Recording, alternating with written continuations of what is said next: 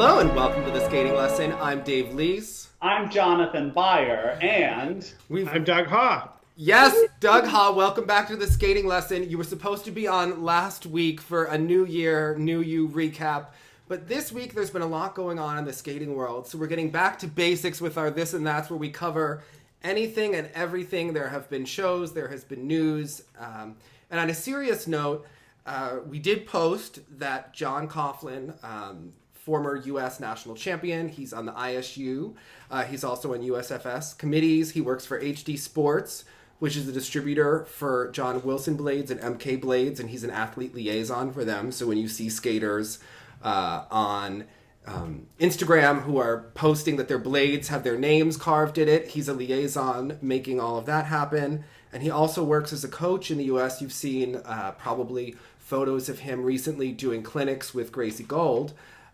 So this is someone who's very entrenched with the sport, who has a SafeSport violation against him. It was reported in December, and it was posted on the SafeSport website. Now, I think what's interesting about this, and I want to just talk about skating culture, is that it hasn't really been publicized by the USFS or the ISU in a way that is easily accessible. It's certainly not been very public.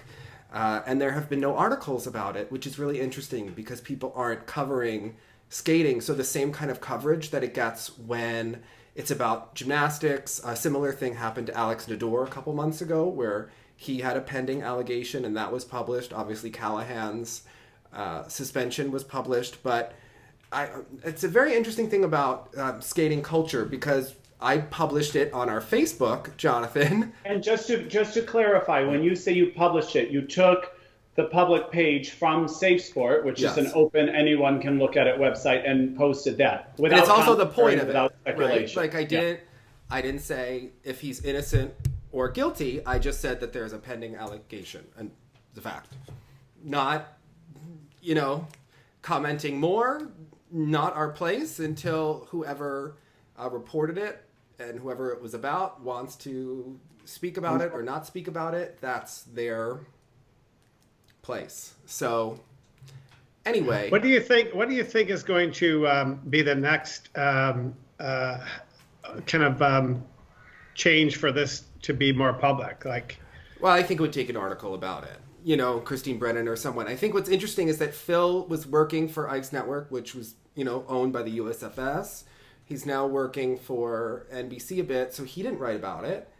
But then everyone else is basically on the payroll of USFS, so no one is going to write about it. Now, Dave, I have just a couple of logistical questions for you about SafeSport. SafeSport is an organization that's here I go again. Yeah. Can you read me all the bylaws of SafeSport off the top of your head? It has nothing to do with the USFS, right? This is they're supposed to be the independent governing body. Now there are certain issues with SafeSport, obviously, and I believe that Alex Nador. It was a I don't know all of the things about that, and at the same point, try not to speak out of hand. I believe that he's still allowed to coach, even after what happened. And I believe the facts may be similar, may not be similar, but it's not final yet. That's the important thing. So, but at the same point, people should know because it is a sport where people are coaching, and that's a decision that everyone has to make when you choose. And obviously we posted, there are people who messaged us that their kids have taken lessons or whatever, and they were, what does this mean? And it's the same point, people are asking us because people were equating him to John Baldwin, and then they were asking, what does that mean? And all sorts of comments. But I wanted to talk about, Jonathan, you made a good point about how people have reacted to the Facebook post. Because when it's about gymnastics, people say how awful, gymnastics has so many problems. But how about, do you want to read some of your favorite comments from our Facebook that we got? Oh, I didn't know I was doing that. I'm sorry, I put my phone away. But there were people that kept saying, why are you slandering this? This is terrible for his name. This is terrible for his career. Well, so would the accused action do. not merely sharing a public piece of information. And we have talked so much on the show about this culture of Morozov and Callahan and these different kinds of things. And we've talked quite a bit about U.S. gymnastics. And U.S. gymnastics has made error after error after error by not being transparent and by, of course, replacing people with more like-minded people. So it was a disappointment to me that everyone is clamoring to also not upset an apple cart. There's been a lot of backlash about fear of what the UFS, what they would think about people talking about it, and that would put them in bad stead. And I think that's just a horrifying kind of comment. So the same athlete who tipped us off to it, and is a coach, former athlete, who then told us about it, we looked into it. Then after we posted it, said, "Do you think the USF will be mad at you?" And I was like, "Well, what does that matter?" It's the whole point of the whole culture. So I think it's really interesting how the culture is still probably even worse than gymnastics in some cases. People will talk about Nikolai, but then at the same time you talk about John Coughlin, and it's he's such a nice guy. Which people thought Larry Nassar was a nice guy too. So that's not a very good defense, doesn't equate it. What's interesting about is that Nikolai is going to be able to go to Canadian nationals to put Weaver and Poge on the ice, but he can't go to U.S. nationals because he doesn't take his background check. So that's why when he had Jimmy Ma would go with the Canes. So I think it's just interesting with that. So anyway, as we say, more to come, but it is an interesting situation just about the whole culture. I mean, there are still how many gymnastics parents send their kids to Alfong after he had 4 broken necks and 2 gymnasts who passed away. So that's just, you look at it, at the culture and the problems inherently.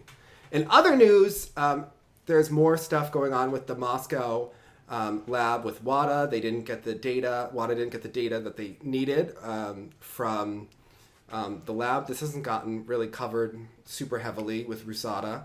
But there are more problems there. I imagine nothing will come of it because it's of the power players involved. So, what is all that WADA? What are you talking about?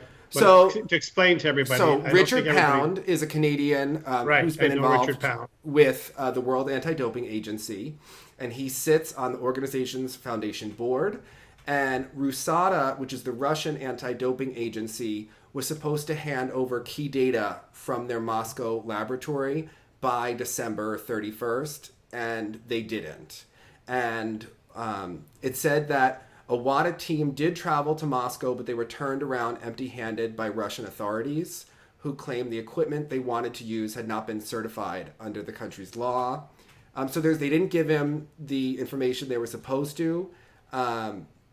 And the chief executive of the United States Anti-Doping Agency described the situation as a total joke and an embarrassment. But there's basically, people are coming out against WADA, they're coming out against RUSADA, it's everyone pointing fingers. But it just kind of shows the problems that are inherent in Olympic sports moving forward as they try to have clean sport, because it looks like no one is agreeing to it, but there are also no serious consequences outside of a couple of athletes that wound up getting banned. So okay, yes. In other news, it seems like the floodgates have opened for our nationals posts. We saw that Jessica Fund and Josh Santillan withdrew. Karen Chen has withdrawn from nationals.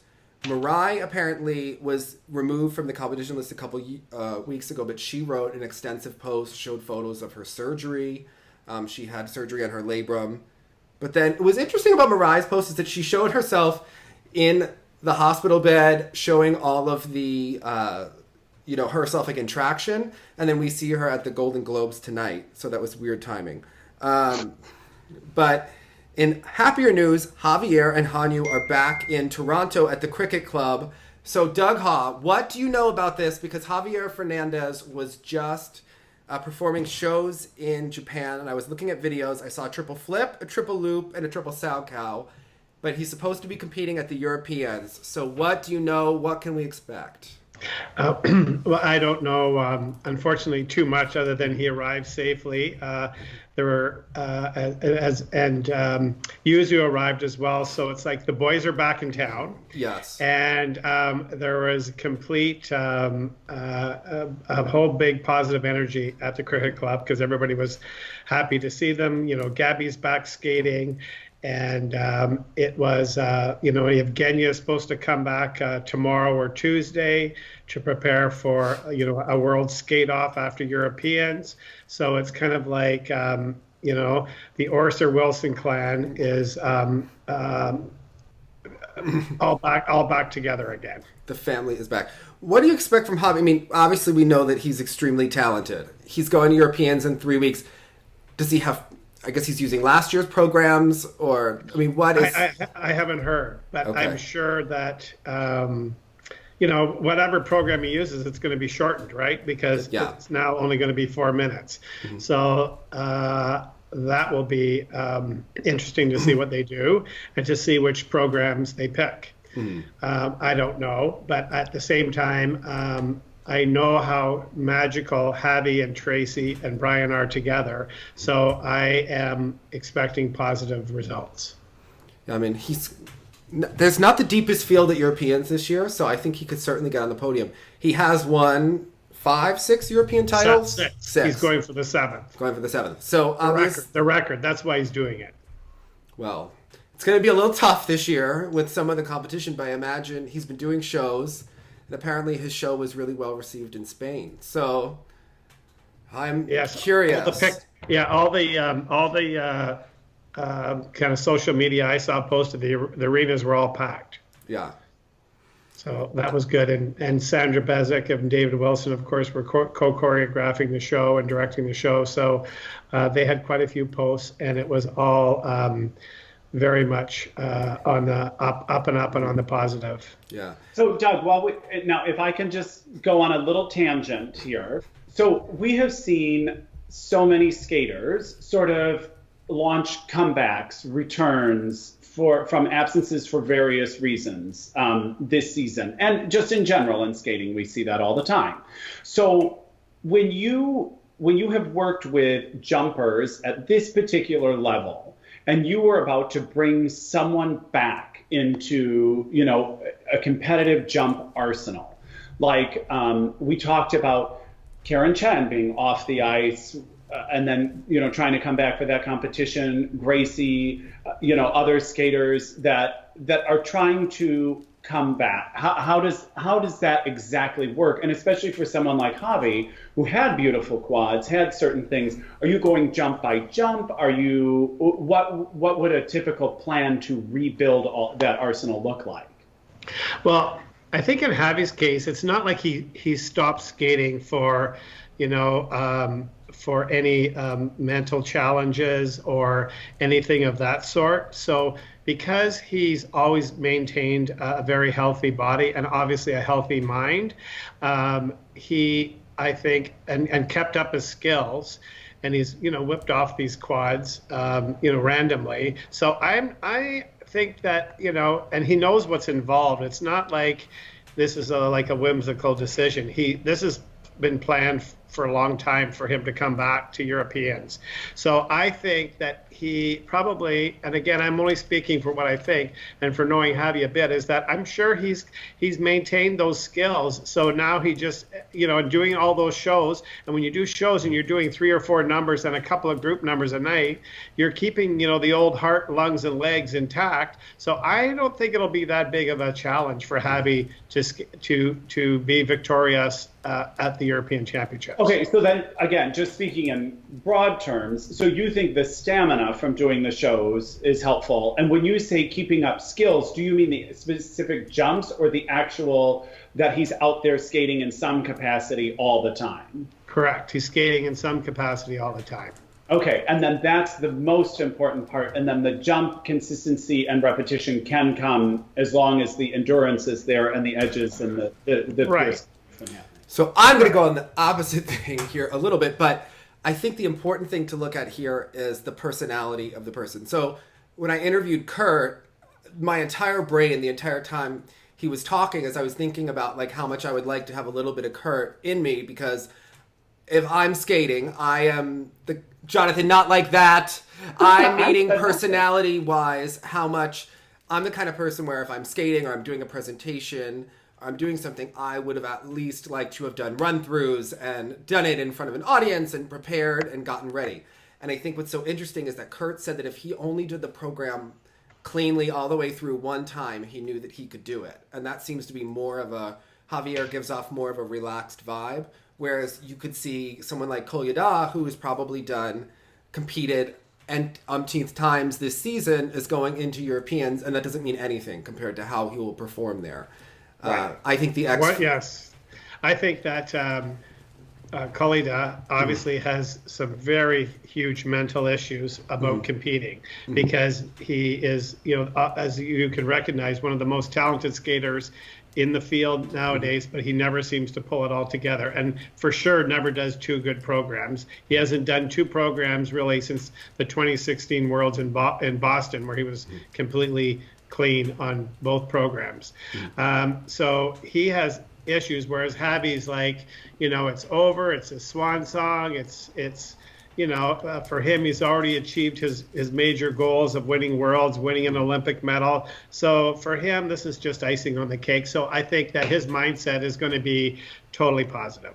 So when you were on the pro circuit coaching, Doug, and you would see, Boitano and Browning and Orser and the different personalities, right, how many of the top skaters were ones who needed to train a million times before they would go out and do it, and how many would believe in themselves? Was it 50-50? I mean, what was the split like? Well, all those skaters are all characters of the it factor, meaning they have something special. That's why they're world champions. But when you look at somebody like a Yagodin, a Christopher Bowman, a Kurt Browning, they have had, like, to me, I've seen them like disastrous practices, disastrous warm-ups, but when the money is on the line, they go out and do it. So if you're trying to circle back to Javi, I think that Javi's not really one of those, but I just think that because he hasn't left the sport that long, or left the competitive scene that long, that he will be able to produce. He seems more in the middle, is what I was saying. Correct. Between. I agree with you. Yeah. I would agree.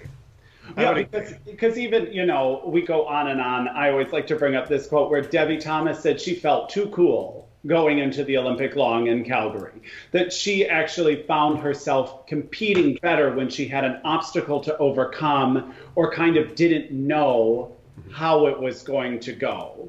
And that element, like, it's that the magic of like overcoming an obstacle that helped inspire her. And something about Javi always just struck me as it was the magic of the performance lights.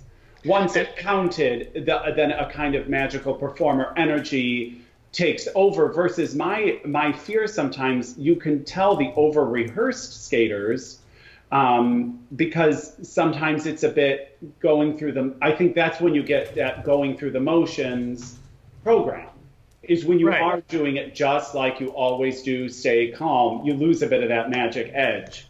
And I'm going back to, while I'm sitting here chatting with you gentlemen, I'm thinking of back to Worlds in Boston, where, Yuzu had a 13-point, I think, lead after the short program. And, Javi had all these boot and ankle problems. He basically had not even skated for 2 days. And then he went out and skated clean and won, and Yuzu completely imploded. So I'm thinking that Javi's got this stronger mind, and he's wired better for competitive, stressful situation than most skaters. So, and especially the Europeans that he's up against. So that's why I'm putting my money on Javi. I think as long as he's landed a couple of quads, he'll be okay going in. Because I think Kovtun obviously performed very well at the Russian Nationals, and he was doing well at the competition, the B event that he did before that. And I'm blanking on which one it was. It wasn't Zagreb. It was the other one that Tara and Danny went to the previous week. But Estonia, maybe. However. And he was, doing well. You could see him, improving, starting to peak. he wasn't completely clean at the national, so I think that Javi does have a shot. Obviously, when you're in shows, if you're not doing the level 4 spins, that's another issue, but he does seem like someone who isn't going to be someone like a Gracie Gold who has to do 7 million run-throughs and one mistake could throw her off. You know, that's I think, an interesting... It's interesting. I mean, also, like, in any sense of performance, a lot of times under the lights, you think, well, trust. Mm-hmm. Just trust what you've been doing. But sometimes that's hard if you haven't really been doing it all the time. And that was something a little bit I was feeling this kind of preparation idea about Yevgenia this season also was. It's so hard to get under competitive lights and say, and now just trust your technique that is completely brand new. You know what I mean? Like, it's hard to resort to a belief to let the technique happen when either the technique is brand new or the technique has just been, you know, a little out of practice, you know. Well, remember too, Brian and Javi have been together, I think, almost 9 years since the 2010 Olympics. So, and they're pretty connected. Mm-hmm. You know? So that's why I think Javi will be able to trust the routine. You know what I mean? Yeah. Yes. He is cutting it close a little bit. I will say that. It's definitely... I would have been happier if he'd have come a month earlier, but, yeah. You know, it is what shows it is. to do, you know? You got to make money. And who doesn't want to hang out with Sandra? You know? I mean, come on. Exactly. Let's talk a little bit about Evgenia, since you did bring it up. You mentioned that she's going to have a skate off for Worlds, obviously, later on in the season. I think we predicted that because you have 3 huge stars in Russia with Zagitova, Tuktamisheva, Medvedeva, and then we have Konstantinova and we have Somadurova, who are not as big of stars, but they are relatively consistent skaters. And have made strong cases, Sofia in particular, you know, for her case. So Doug Haw, this is your moment. Go on about, you saw Evgenia skate. What did you see? What do you believe? You know, be Camp Orser, you know. I'm going to be Camp Orser because, you know, they say a picture's worth 1,000 words. Well, I was there for a 60-minute session and saw, this was 2 weeks or a week before, on the 15th of December, before they left. Mm-hmm. And I saw a new, invigorated skater. And I saw that she had I'm going to say, a new gear. Mm-hmm. So I saw her, and she skated a clean long that afternoon. I just watched her with Brian and Tracy, and you could see and the difference from the summer was incredible. You could see there was a huge connection. Mm-hmm. And so I think that, you know, the Russian championships, yes, she did a great long. Okay, she messed up the short again, but I think it'll come. Mm-hmm. I think it'll come. And I was not such a firm believer in the summer, but what I saw in December was unbelievable, the change. So what was it in the summer? I heard that you opened your Doug Haw mouth and said that you didn't believe in it over the summer. What happened? What was, you know, how injured was she over the summer?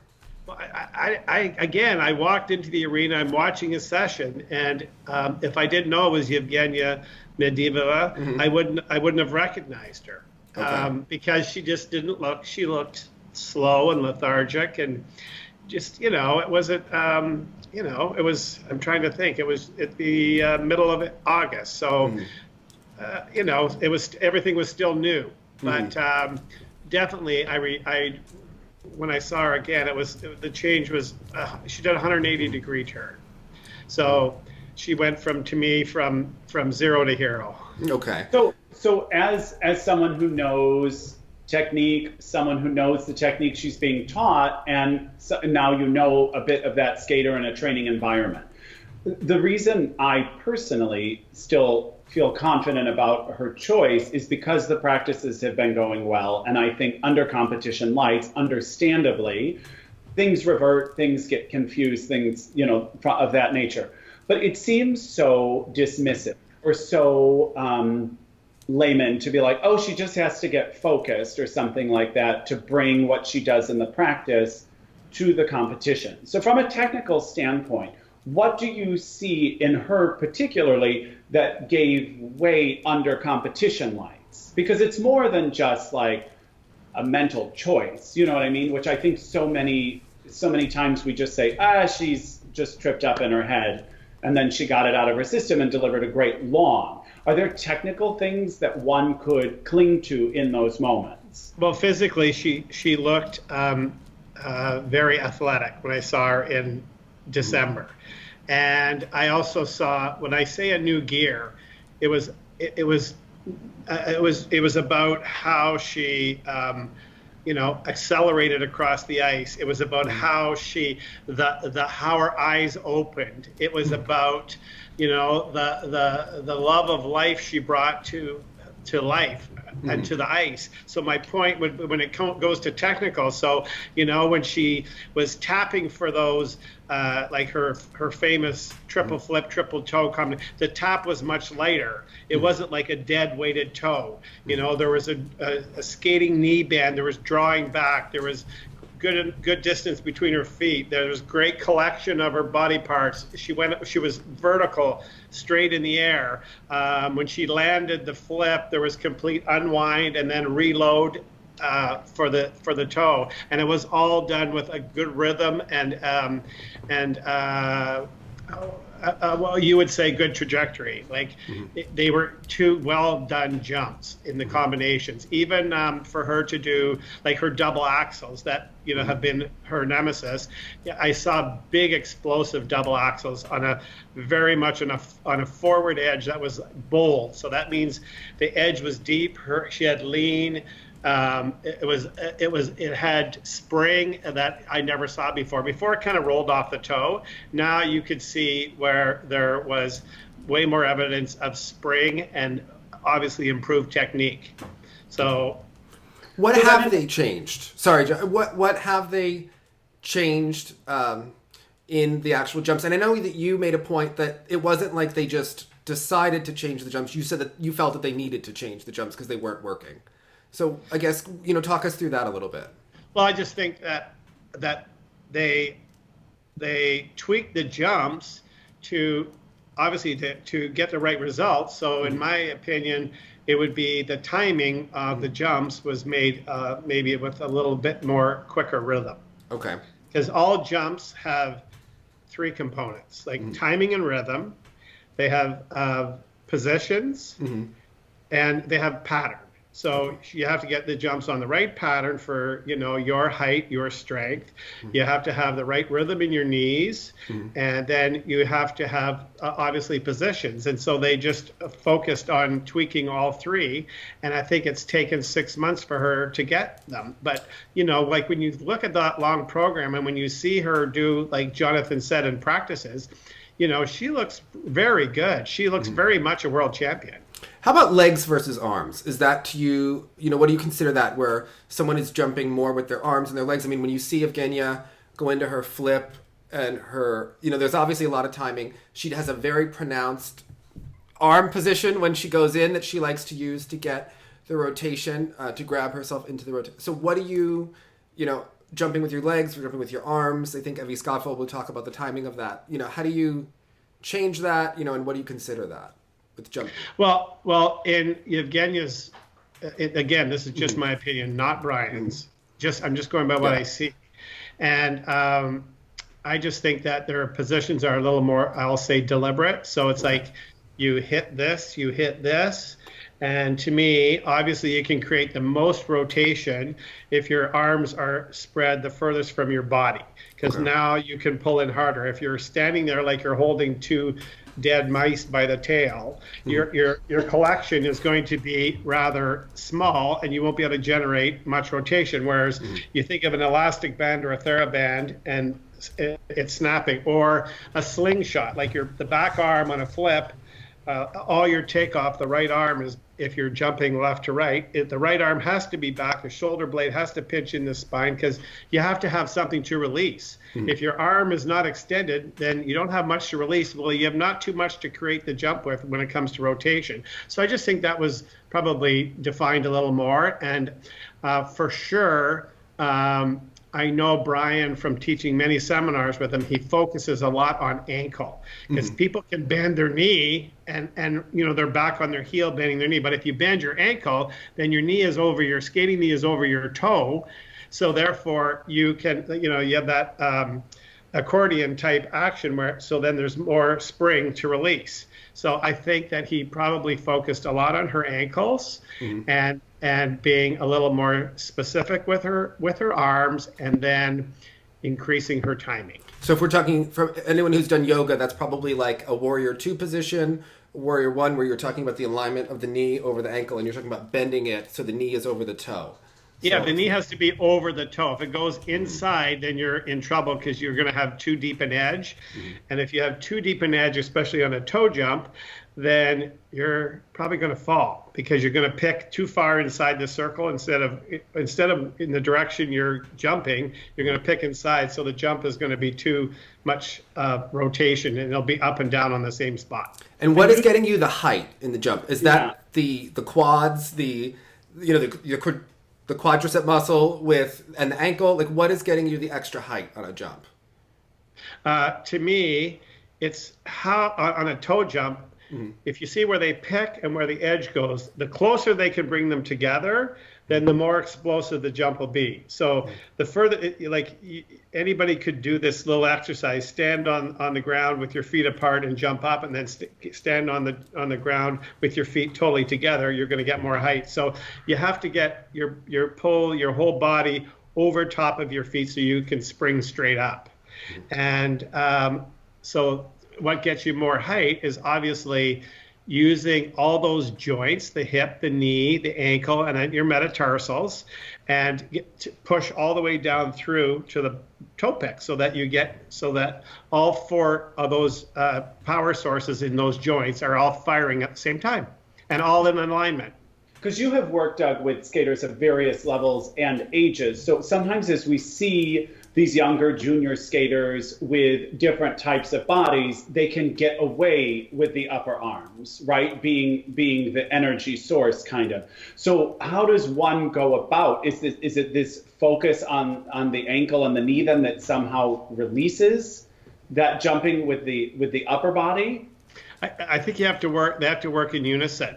Okay. So it's like the timing of the toe when the feet are drawn together, and then especially the right arm to pull in, because the right arm produces more. You need it to produce more rotation than the left arm, because the left arm, your body is turning into your left side.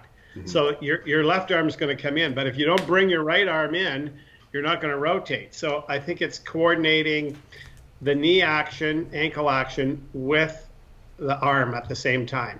Because if we say or see a skater who is clearly jumping with their arms or their upper body, right, what exactly is happening then? Instead of pulling across, they're pulling up and across? Right. Yes, they're using their shoulder blades. Okay, they're lifting from their shoulders, so therefore their center of gravity doesn't come up very high. So then they have to rely on really squeezing their body, like how you'd get like the last bit of toothpaste out of the tube, and so it's completely manufactured, by reducing your body size and probably you're spinning off the toe, or you're doing a lot of pre-rotation on the ice, because the toe isn't being used as most coaches would say, as a tap, where you put the toe in and the feet draw together and it snaps up.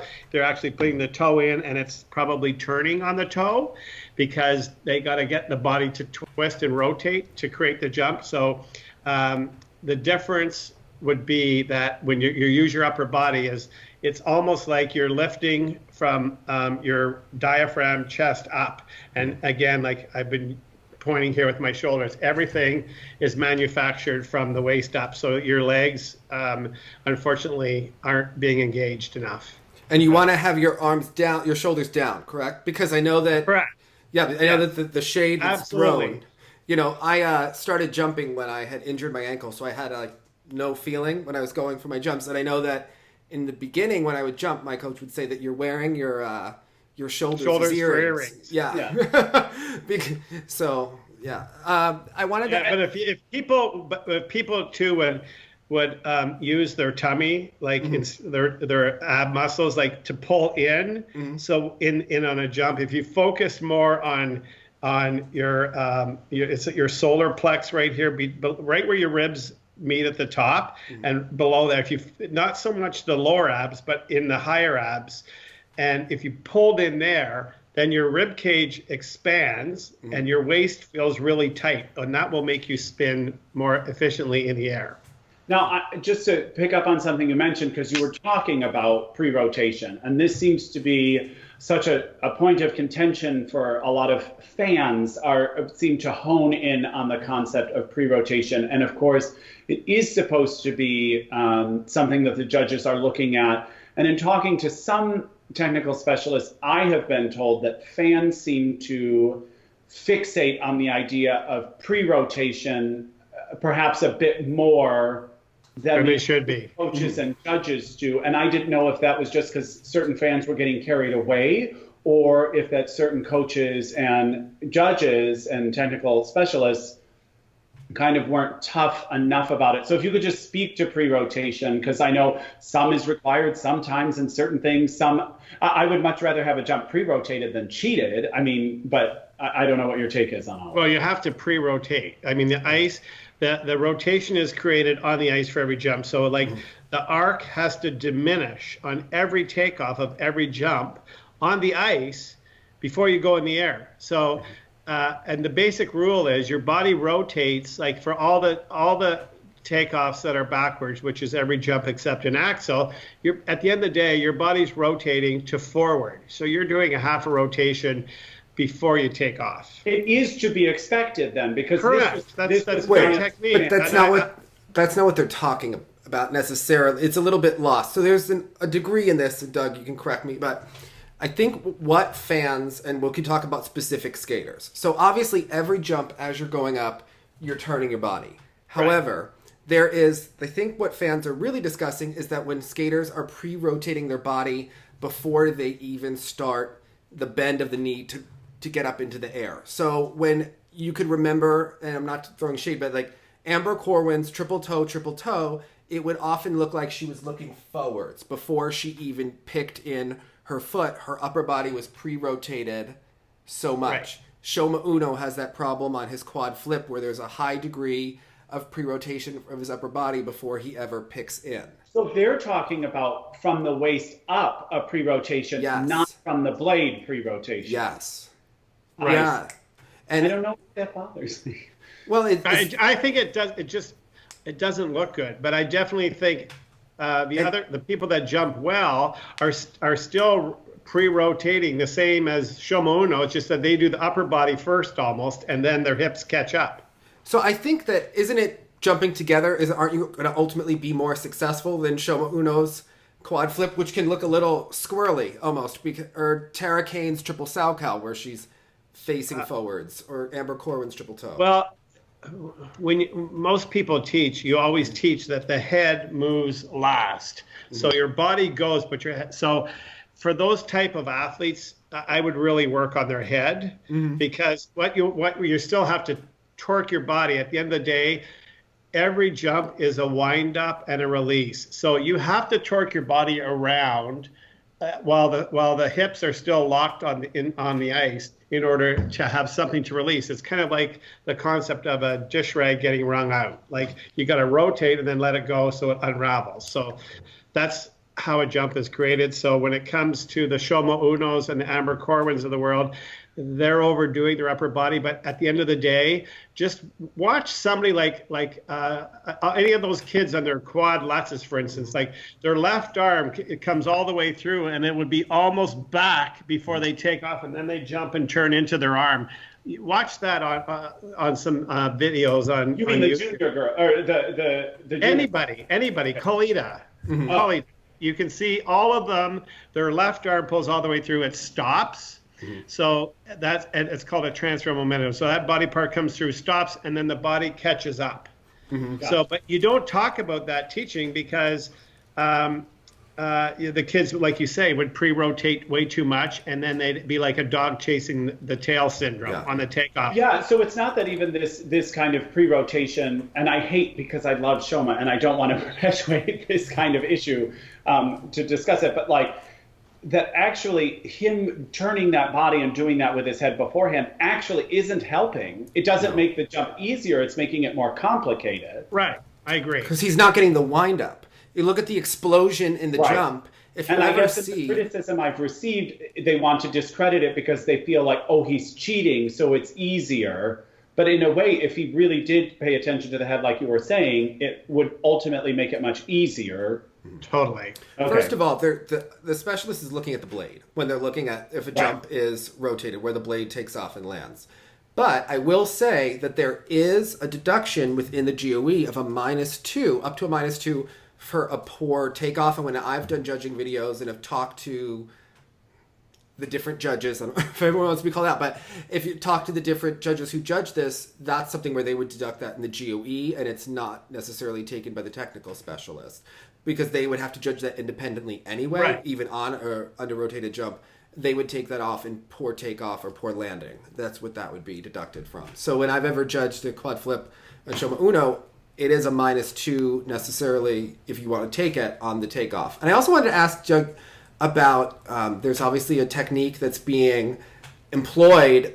I think this is the other criticism of Shoma Uno's quad flip and with some of the skaters with the Territud Barita, and it's a technique that's being used is the full blade assist. What we're seeing on a lot of these quad lutzes by the itty bitty skaters is that they're saying that they're using the whole blade instead of just picking in. They're really kind of picking and rolling. And if you look at Sotnikova, did this on a lot of her toe jumps, where they're almost jumping like a loop. You know, where the blade is really almost going down on the ice, and they're not just and they're also placing the blade. By the time they pick, their foot is so rotated, the blade is forward. It's already done a half a turn. Yeah. So, and you can see that, and so they're picking more to the baby toe side of their foot, and their foot. And it's completely, like I say, through the knee, the ankle. It's all that rotation of that toe. So really, when their toe is picking, it's forward.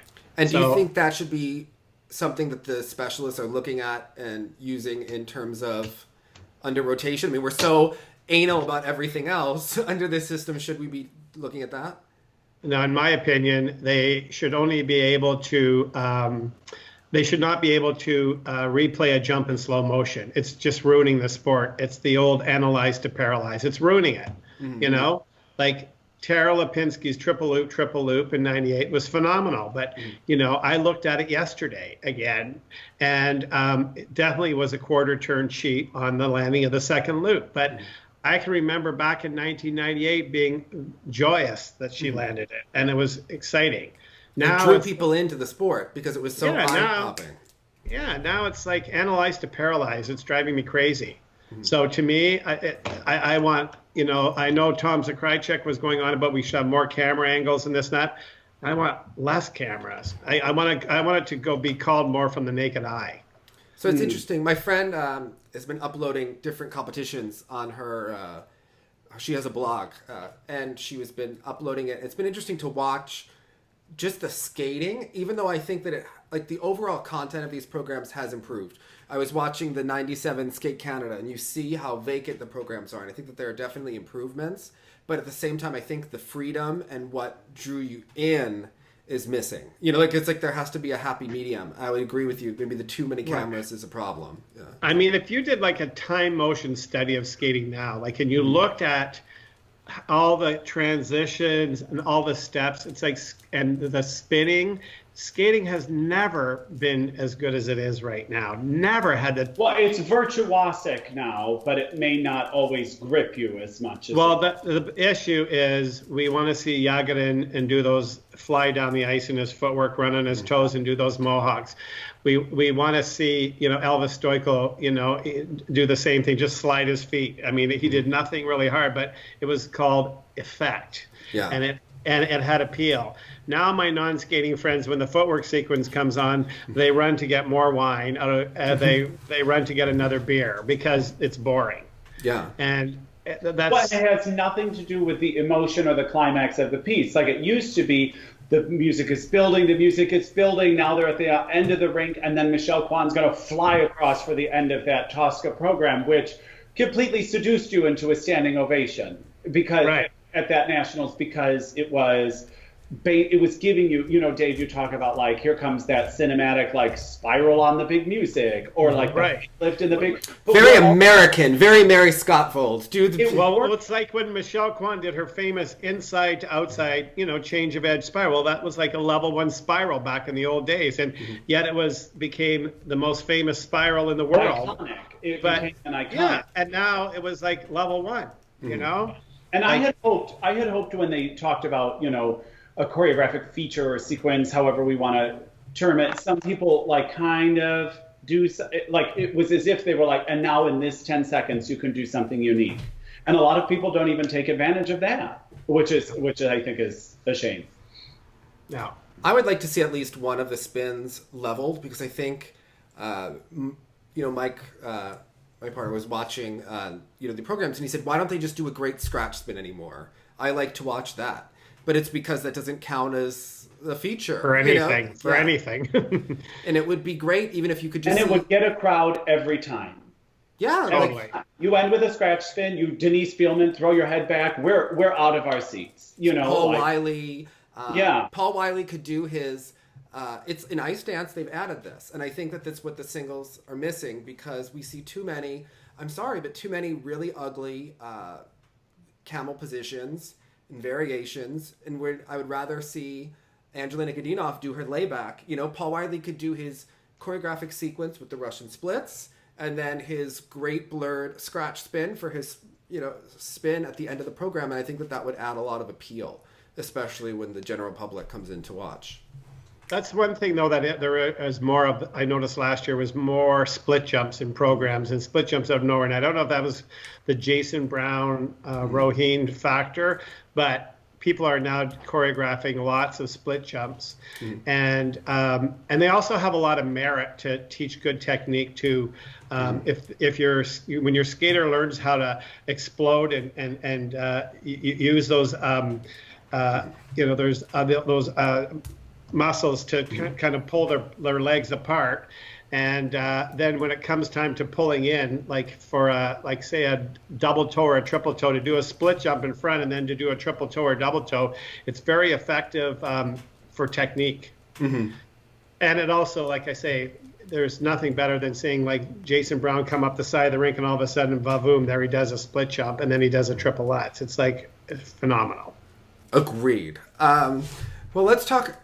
We did see Evgenia perform in Italy, and we saw Carolina Kostner perform in Italy. So I have to say, this Tosca program, I think that it suits Evgenia. She gets into the character well. To me, she looked more confident out there in the show. What did you see? I saw she only did a flip and a Salchow, but I thought that they looked confident, and I think that that's... And the axel, too, was really big. Yeah. Her axel was really big. And the energy she put into the program was incredible. So when you see a skater put energy into a program like that, into the performance, then you know they're not worrying about the technique, or they have confidence in their technique. So to me, as soon as I saw it, I sent Brian a text to say, wow. And he said, oh, I haven't seen it. And I said, I'll send it to you. And I sent it to him right away. And so to me, it's a big positive thing in a skater's, their psyche and their mindset. And so for her, actions speak louder than words, and the fact that she could put that amount of energy into it and perform, it was like vintage Yevgenia.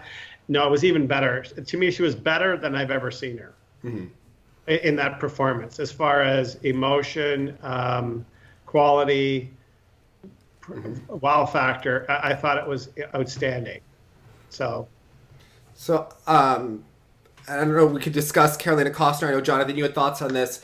I was thinking that going forward, you know, not knowing what is, you know, feasibly possible as we see these juniors become seniors and they're doing, you know, the quads that they can do until they potentially go through puberty. One thing I was thinking of that is the second mark is what Evgenia is really going to have to bank on, as well as the GOE. And I was thinking when we watched Carolina Kostner, I mean, I think that she showed the best edges in the business. So what can Evgenia do to get these edges realistically? Well, I think as I'm not Doug, and I'm just answering anyway, but I think there is something to be said. Carolina did a lovely program with no jumps and with zero pressure, and it allowed her time to hold those movements. And I think in trying to pinpoint more than just like skating's not as beautiful as it used to be, but I think it's a common sentiment, but I was trying to find specificity in what I meant, and it's in that when Carolina does a program like that, she can do a spiral and she can do an arabesque, do any move that she's doing and hold it, point her toe, take the time, give it what it needs without having to rush into the next flurry of things that are required by the system. Now, Misha did give Yevgenia a couple of moments in the very beginning. And now that you see her selling the program a little more, I bet when she gets back to Toronto, and whether this is work that's done with Tracy or Misha or whomever, I think there are probably moments even in those first few moments to be a bit more Carolina-esque in that the movement is of quality. He gave her some really neat things that go with the music, especially in those opening sections. And I think to her to just hold it a little bit more. But as we say, Dave, like the judges have been still throwing the PCS off the shelf for her. But it won't be forever. So yeah. But one thing I was going to say is that Carolina does look that good even when she does add the jumps, unless she's missing them. Her skating quality is the best in the business when you look at the overall. And you say, though, they won't throw them at her forever. But to me, as long as she keeps developing the technical skills, they will throw them at her. So it's kind of like the chanflation. When Patrick was doing really well, he, on top of the world winning, and yet still falling, he was getting those high marks. But then when he started falling more and popping more, then it finally dwindled down. So, but I think Yevgenia is going to be better than ever. Do you think she can learn a quad sow over the summer? I mean, how long would that take? How do you think? Do you think she needs to? Yes, I don't know. I just know her triple sow cow is really good. It's her best jump. Yeah, it's she has a real natural rhythm and timing for it. It really floats. So, I think if she wants to win, she'll have to do it. So it'll be up to her, because she knows she needs at least one quad. If she had one quad, then she could win a world title back. But depends, like all these kids, it's like these athletes that are out of shape, or these athletes that don't push themselves. It's because, in my opinion, they don't really want to win. They don't want to make the sacrifices. They don't want to take the risk. They don't want to, you got to be a risk taker. Look at those little kids. They're all brought up. They don't know any difference.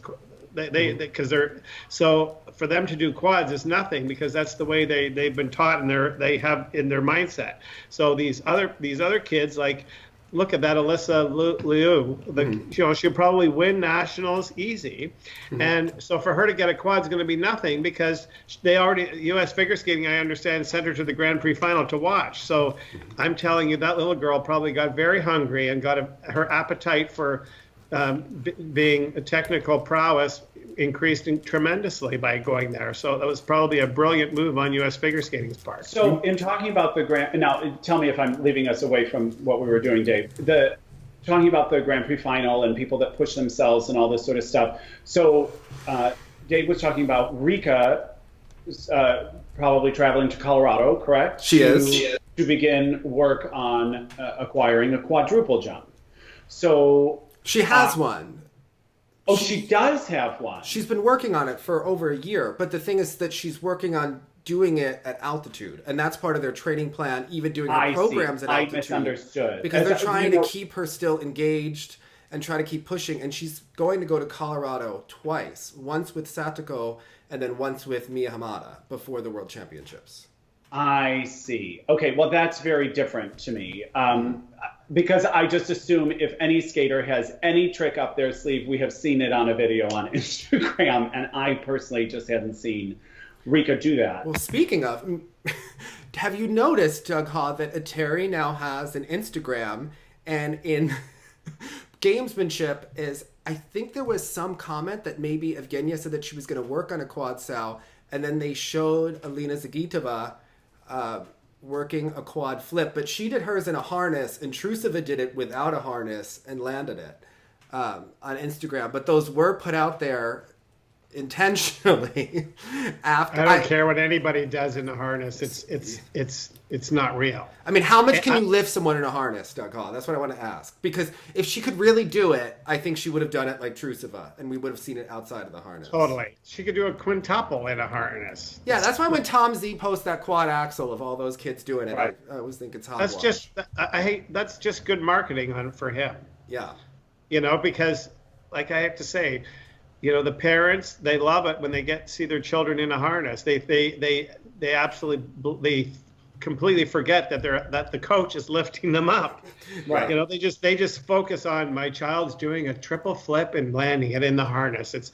They're going to get it. Really, it's like, let me see it without the harness. I'll tell you how close it is. So if you were to, let's say, work with someone like Rika when she first started working on her quad and things like that, step one is obviously the harness, correct? Do you find that there are benefits in starting there just to feel their rotation? Right. It reduces the fear, because let's face it, it's scary. You think quad and you think you're going to kill yourself. Mm-hmm. So it reduces the fear, and it gives a false sense of confidence to the athlete.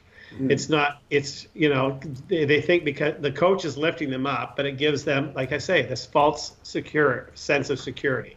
But that tricking your brain lets them try the jump without the harness. So, but most coaches alternate. They do 2 or 3 in the harness, 2 or 3 out of the harness, and then back and forth just to, build that confidence. But really, it's not like you're building technique. Mm-hmm. Okay, that's my question, because I mean, you're talking about timing, you're talking about pattern, you're talking about arms. So if you were to take just as an example, Yevgenia, and you were like, you have this beautiful triple sow, let's see what happens when we add another revolution to it. I mean, are you adjusting all of those things? Are you trying to stay true to the pattern and the timing and the arms? Or what kind of... I mean, as someone who's not done a triple or a quad, I'm just curious how one even begins that adventure.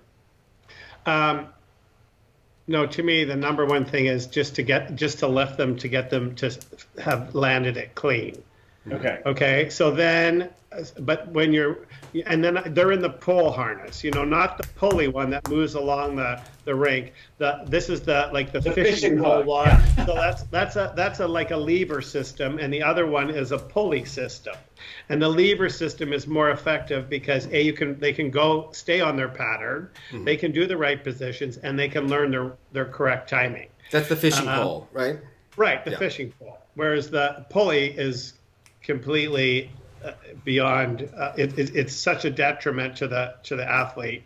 The only good thing about it, again, is the mother or the father sees their child rotating the jump in the harness, on the pulley. So when it comes back to developing the quad, again, it's just a matter of the quickness.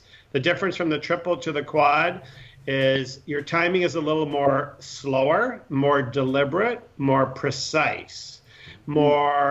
So the variation for error is greater because if your arm has to be, like your left arm has to be in front, it has to be in front and directly in line, say, with your belly button. It can't be like out on a 20-degree tangent, because that means you might let it go and you'll never catch up with it. So your positioning from the difference from single, double, triple, quad is just what I would call more precise, more exact, more deliberate.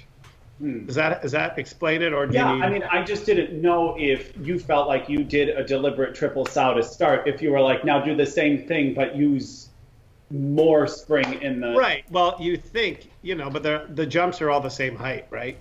The double, the triple, the quad, they're all the same height. It's just the speed of rotation that changes. And but you think of pressing down harder. So when you go to take off for your triple, you're pressing your weight, say, like on the if it's a triple salchow and your left back inside edge, your weight is like middle to the front of the blade because you got to roll forward to take off because you got to hit the toe at the end. So you have to have, your weight has to be more to the middle so that you have somewhere to roll to. And it's how effective that when you roll forward to take off and your free side coming around and how quickly you can collect your body parts is how effective you will be at manufacturing the jump. So it's that all that timing is very what do I want to say? I want to say precise, but I'm tired of using that word. It just has to be exact. Now, do you teach your skaters to wait longer on the inside edge on the salchow before they're doing multi-rotation? So when I went from the single to the double, my coach told me to wait longer, and you'll feel when your body is supposed to go. Right. It should feel almost like, to me, you're going off a water ski ramp when you take off. Like you're gliding on the lake, and then boom, up off the water ski ramp. So to me, and it's like your coach telling you to feel the edge, feel it longer. I think it's really good because I think I call it the slingshot effect. So your right side's pulled back, your right leg, your right arm, and you release the right side coming through, and then you're able to establish a cleaner takeoff, like at optimally a 45-degree angle.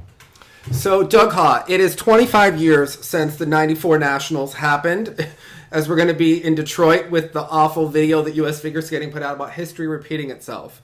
But I want to know, when you think back to the 94 Nationals, what sticks out to you about that event or, the skating back then? Is there anything that made you laugh when you were rewatching all the clips? Well, first of all, I was there. Okay. I was there with an athlete, Colin Vanderveen. You did it, didn't you, Doug? And, it was you. And, of course, the big talk back before it happened was the fact that, Brian Boitano was coming back and Elaine Zayak was coming back. And then it was all of the, Gordieva and Grinkov coming back, like all Katarina Witt, all the people that were coming back. That was the kind of like the big talk in the skating world.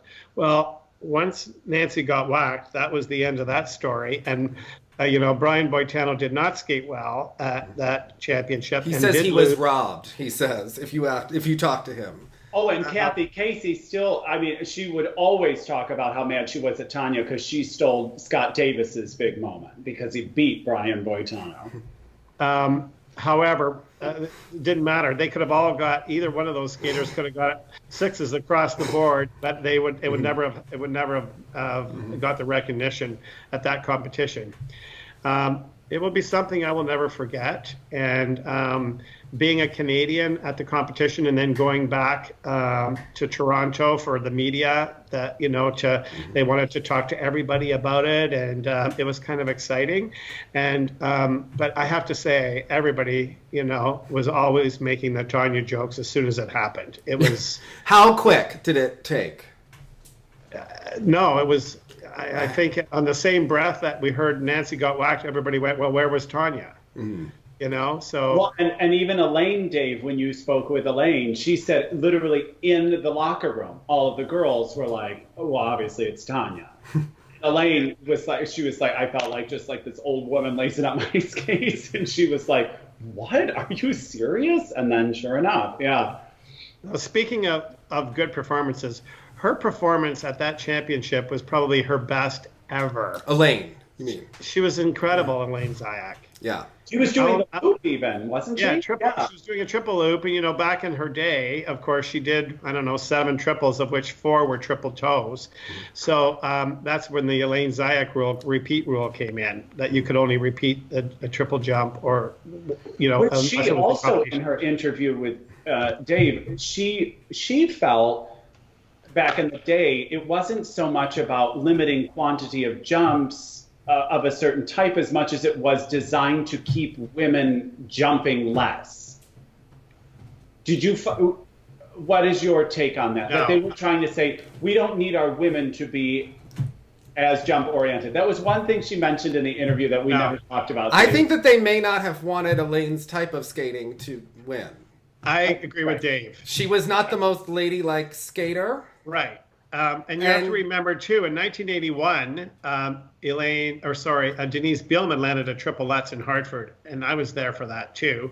And so it wasn't like they wanted to slow down ladies' development of triple jumps. I just think it was she just went around the rink, really didn't have much of a program, and just did triple zipples one after the other. I think they wanted the complete skater to win, and not Right. Elaine skated hunched forward like Jimmy Ma. If you watched her, she was like Elvis Stoico in a dress. You know, it was. That's why I say she was so refined in '94. It was completely different. The best she ever looked. The layback was gorgeous. Right. Everything. Yeah. Right. I mean, anyway. I mean, I was arguing with our friend Christopher about this, and he was like, Elaine should have won the long, and I was like, look, Tiffany Chin is the skater that was robbed in Sarajevo. If you ask me, that was the complete skater there. So, but. I'm just upset for Michael and Judy. That was my disappointment. Yeah, well. Michael and Judy weren't even dancing. Oh, you're talking about in Sarajevo. Yeah. They should have won over Panamarenko and Klimova. But one thing I thought was hilarious when I was looking at the 94 Nationals results is I forgot that Urbanski and Marvel had split up after the 93 World. So this would be the waitress and the truck driver. They split up after they were 8th in the world in 93, and they came back with new partners 10 months later. And it's like, they should have just gotten a relationship counselor and stayed together. What were you doing with and neither one did as well. So, but it was the year of Canada in 2018, Doug Haw. We've thanked Canada so much. Really, we really thanked them. We didn't see it on TV yet, so we'll thank them one more time. But what is your predictions for 2019? You already put out there that Alyssa Liu is going to win nationals. I'm also thinking that will happen. I think that father has designed the program. I think he is the one that is really coaching her, and that she will win. I told him I didn't want tights over the boots. He said that will not happen at nationals. That we will have a proper tights stuck into the boots.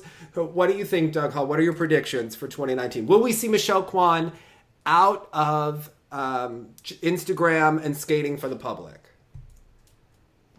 Okay, you're going way. Are we sticking to competitive results? All here? of it. All of your things. Just the year at large. Yes.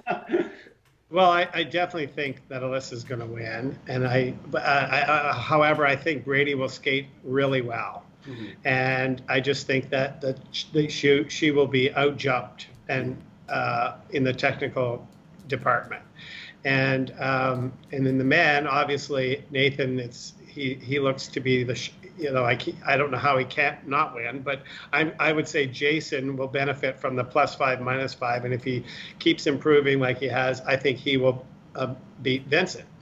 I agree there. Right, and I really have no comment on the pairs of the dance because I definitely think Zach and Maddie should win the dance by I mean no one knows what Evan and Madison are up to, so. They're going to compete next week in Poland. Yeah, that remains a mystery. And the pairs, it just seems like they all have such issues. It's too hard to predict because one's injured, the other's injured. They're switching coaches. It just seems. US pairs has given us the best this season, and here's why. We had Tara and Danny, and we had Jim thanking Delilah for working together, and then she was their coach the next week. We have Deanna and Nate and their wonderful kiss and cry moments, which are always must-see television. We have Alexa and Chris, always must-see TV. Yeah. I mean, I'm quite excited for the pair. Oh, and then we have Kane and Leduc. And are they going to compete? What's going to happen there? So that's going to be quite the exciting event. And then we have TJ, the white rapper. So that's also very... who drives a BMW. I mean, this is the field for the U.S. Nationals. You couldn't ask for better personalities. But I am curious if it's good for Alyssa Liu, because it doesn't necessarily set up Brady well. And I would say that Brady has an open door. Brady could finish 3rd through 6th, and then Mariah Bell would only need to finish 7th, 8th, or 9th to get 3 spots for the U.S. back. So I was wondering... should the U.S. hold up Brady, and would that be the right thing to do? Because obviously Alyssa Liu doesn't have the skating skills yet that Brady has.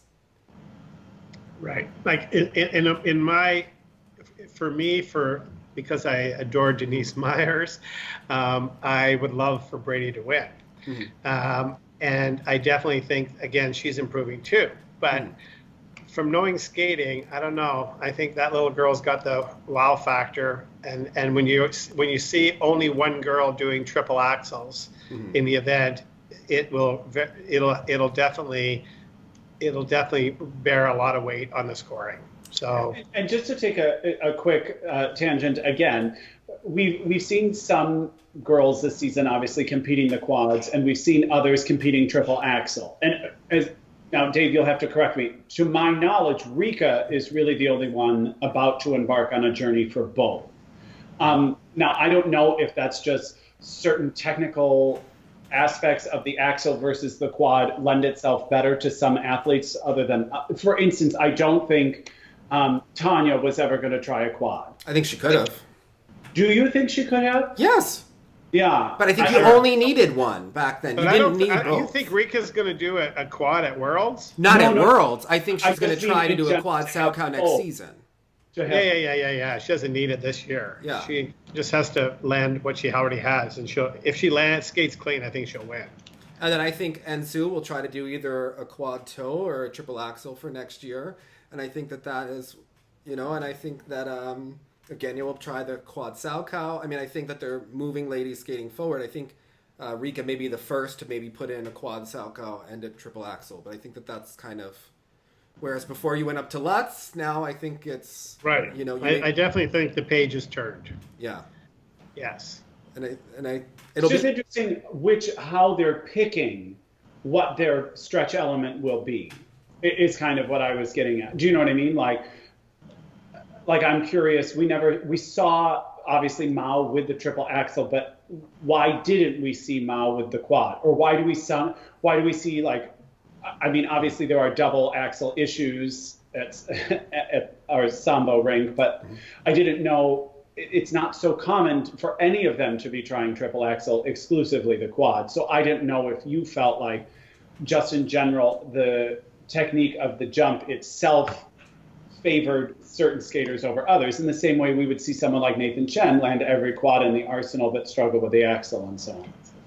No, I just think that now you need a triple axel. Like ladies skating, I mean, I can remember when you had to have a triple Lutz in senior men. And then it was the triple axel, then the quad, and of course the rest is history. And the ladies skating now is you need a triple axel. So I think that there are many lady skaters capable of doing it. They just have to take the risk factor and go for it and be aggressive, because if you want to win now, you have to do it. Yeah, so I want to ask you about how this goes for teaching, because when I learned my axle, my coach said, you will now, after I started two-footing it at least and landing it, the coach was like, all right, you will be doing double Salchow and double toe. And that's just what we did. There was no like, I got the axle and then I got it. So when you're teaching someone to do a triple axel now, do you go to the quad sooner rather than when Todd Eldridge, he learned that triple axel and then 10 years later is trying to learn that quad toe and then he has problems getting it? Do you now go from the triple axel to the quad toe and the quad toe? Yeah, that's exactly it, Dave. I have been trained as the layman that after triple axel, you graduate to quad toe. After quad toe, you graduate to quad and so on. And now to see all the quad Lutzes before everything that came before it is sort of what I was getting at. Okay, so in my opinion, you teach the axle, the sow, and the toe. They're all one family, and the loop, flip, and Lutz are another family, because axle, sow, and toe all take off on one foot, and you transfer your weight to the other side. So whereas a loop, flip, and Lutz, you take off and land on the same side. So and the neat thing about, say, something like a triple Lutz, that a lot of, like when you see these girls doing triple Lutzes before they do, or pardon me, quad Lutzes before they do a quad loop or a quad flip, it's because, on a loop, it's an edge jump, so it's much more circular, that pattern on the ice, and it's it's harder because the flip or a Lutz, you get to use both feet. And the flip, because it has usually a turn in front, either a mohawk or a 3-turn, that can really wreck your timing and your pattern and your position. So when you do a Lutz where you're just going straight back, I think it's much easier to learn a Lutz than it is a flip or a loop, because you're not dealing with all that rotation before the jump. So you get to have like the 100-meter dash straight. You get to go straight at it. You don't have to start running around the long jump event and overpass the so you get to the straight line is the ticket, and no turning before. So you can create the jump much easier. You can always tell if you go back and watch old skating, you can always tell when Michelle Kwan's going to miss the loop based on her pattern, and Maria Butrskaya based on when she would cross her legs if the right leg gets too crossed, and you could tell when she's going to hit it or miss it and what's going to happen. And Frank really defended his kind of straight line approach to you, didn't he, Dave, about on the loop, right? He did. There have been a lot of people. I mean, no one's perfect, I guess. So, anyway, Doug Haw, what are your big predictions for 2019? What are you thinking about for Worlds? Oh boy, ladies. Well, I'm sticking with Rika, even though she lost the national title. I'm still going with her because I still think she has the complete package. And I definitely think there'll be another Japanese lady on the podium. And who else will be there could be a mystery. Okay. There's I think it's because to me every championship there's always somebody that comes out of nowhere and does something great, and then there's always one of the big leaders that always that implodes, and then there's somebody that that they're gonna skate half decent, they'll be there. So so for ladies, I'm just going to go with Rika and one Japanese because I think there's going to be a dark horse. Somebody's going to come out of nowhere and it could be your girl, your Ensu, but I'm just worried that she's not going to get enough marks on the component side because she's still too new, even though that short program to somewhere in time is beyond beautiful.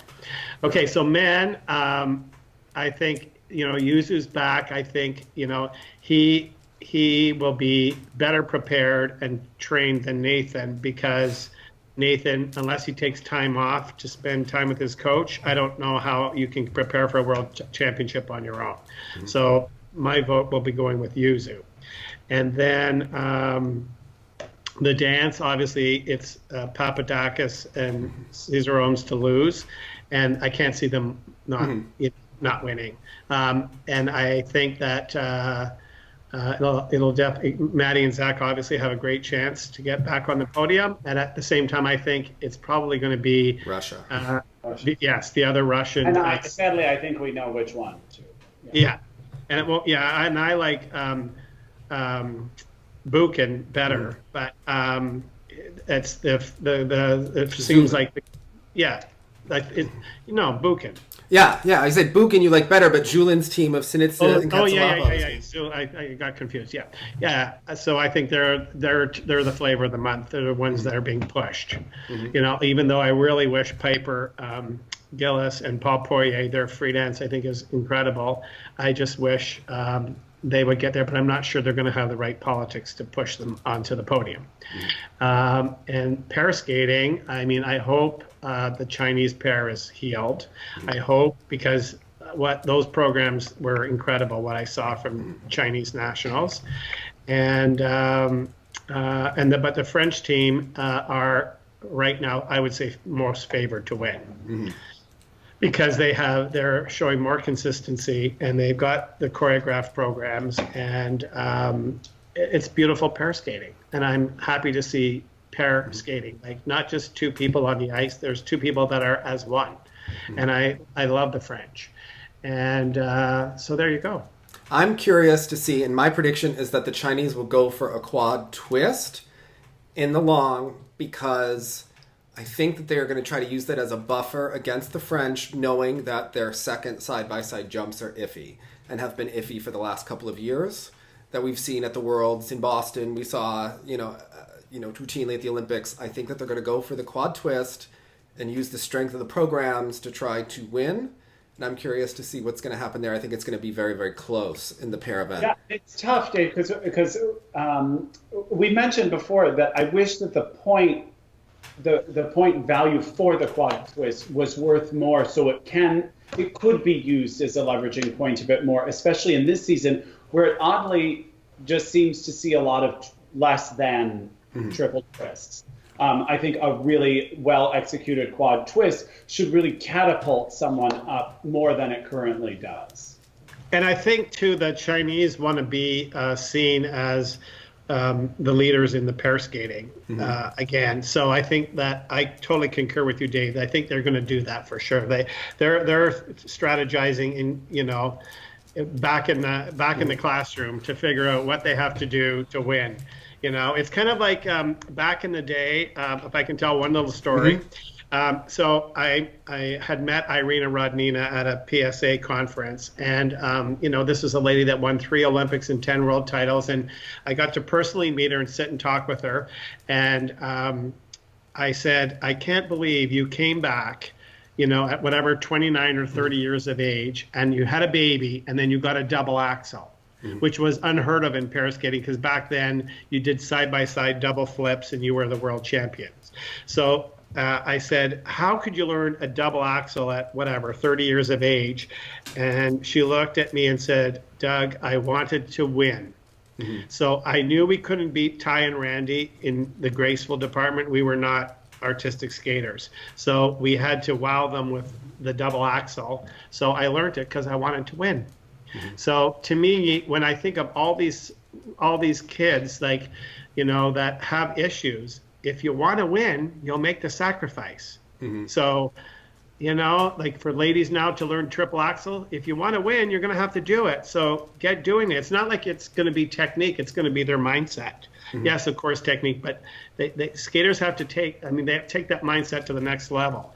So, back to Irina Rodnina. Do you mean the mindset of wanting to partake on that journey, or to stick with it, or to have the confidence to compete it, or because do it? To just literally be trying it. You find people maybe won't even get to the trying it part. I feel like, yes, technique is really important. But you use your coach. It's like you build a relationship with your coach, and the more you trust your coach, then you try things for your coach, because you're trying to please your coach, you're trying to please yourself, you're trying to please your parents, but it's that relationship you build with your coach that will give you the confidence to do it too. But the most important thing is they have to write that down, that they want to land it. They have to want to take ownership for it. And I think it's not going to be so hard to do. It's not like it's going to take, so much. It's going to take guts. Yeah. Guts. I mean, we've seen it in so many sports. I think, NCAA gymnastics just started, and it was interesting to watch that they changed the value of one of the vaults. And, doing a full twist used to be worth a 10. And then once it went down to a 9.95, all of a sudden you saw everyone started to do the 1.5s and the double twists, because they have to do it if they want to get the higher points, if they want to win individually or the team wants to win. And Kyla Ross, who was in the Olympics, she was only doing a full for 2 years, even though it was worth the 9.95, and she wasn't placing in the all-around where she wanted, and she did it. She had the best vault of her life to start off the season, and it's because those athletes that really are determined to win get it done oftentimes. And again, I have another one, like Bonnie Blair. She won 5 gold medals. PSA had her at another conference too. And I thought, I want to ask her a question. So I asked her, I said, what did you do? How did you, because she was, I guess, she had mediocre results, and then all of a sudden she started winning. Because she told me, she said, I started to take a risk. I started to bank my corners at greater angles. And so she learned how to, and she said, I had a bazillion wipeouts. But eventually I learned how much lean and how much speed, and, in order to be faster, because she said, again, I wanted to win. So it's like these athletes, how bad do they want to win? How did you get Brian Ors to do that triple axel again in the pro skating? At 40? Yeah. He wanted to win? Yeah, he did. He wanted to finally beat Brian Boitano. Unfortunately, Brian Boitano had his triple axel for that Goodwill Games, and so did Brian. And of course, the results, and Victor Petrenko was there too, and the results were the same as '88 Olympics. So but did you have a good night at the bar then after it? There was a big night at the bar. But, it was incredible, though, to think, and I had some other skaters back then. I was teaching at the cricket club, the junior men's champion. And it's like, here's this kid 17, like, oh, I can't try my triple axel. I'm like, okay, well, that 40-year-old man just landed one. He could be your father. Like, maybe you need to have a little more guts. Here. Anyway, so it was. And I just think Brian was, he just wanted to do it. He lost weight. He was in good shape. He started working out incredibly. And again, I was like, these athletes, these like world champions, they all have, that's why they're world champions. They all have that, some extra, I'm going to say gear again. They have that extra gear, that it factor you hear that makes them special, that makes them push themselves. That the other athletes that are not succeeding, it's because they can't push themselves. They don't have they're not risk takers like the Blondie Blairs. Mm-hmm. Anyway, Jonathan, what's your big prediction for the year? Oh, in terms of worlds? Anything. What will Tessa Virtue do to top Thank You Canada? What will Michelle Kwan perform in the show? What's your big thing for the year? I mean, I'm intrigued. What I'm really looking forward to seeing is I want to see what happens with Javi at Europeans. I want to see what happens with the Russian women's selection. Mm-hmm. I'm very interested to see that. And I am very much hoping for a big Rika win at, me, I'm fine with a Japanese sweep, always, at all times. Yeah, I would say it would be nice for me. I think Morgan and Vanessa were alluding to the fact that if things went according to plan this season, they may find that they have accomplished what they can and they go on their way. If Sui and Han just want to finish second so they could have it, and then they could have next year, like, I'm totally fine with that. And I'm intrigued to see what happens with the dance lineup, because I think that the French do have it very much secured. But with all this maneuvering behind the scenes, I'm very intrigued how 2 through 6 play out. Yeah, I think it'll be really interesting to see. I think we will see another tour from Tessa and Scott. I don't know what it will be, but I think that will change the dynamic of competitive skating, because we have seen a number of teams that have been sticking around because they not necessarily have the professional opportunities. And I think it will change the competitive dynamic. I think Weaver and Poge, can you do the shows and then compete? My prediction is that you cannot. Especially Piper and Paul have such wonderful material this year that despite its error that kind of kept them out of the Grand Prix final, they went back into that B event like gangbusters. So I'm very hopeful for them. Yeah, I think that they will definitely have the edge going into Canadian Nationals. I think we will see the landscape kind of change. What happens in terms of opportunities with pair skaters and who's doing what and who has a baby, and then who, Vanessa and Morgan, what show opportunities will they get? That'll obviously play into whether or not they continue. And I think it'll be interesting to see as we move forward. So what do you think? What are your big predictions for 2019? I think the Chinese team will do the quad twist. Whether or not they win the World Championships, I think the key event element will be the side-by-side triple Salchows. I think that they could win with side-by-side double axles if they could do it well. But anyway, what are your predictions? Leave it in the comments below. Hold an edge and look sexy. Bye, guys.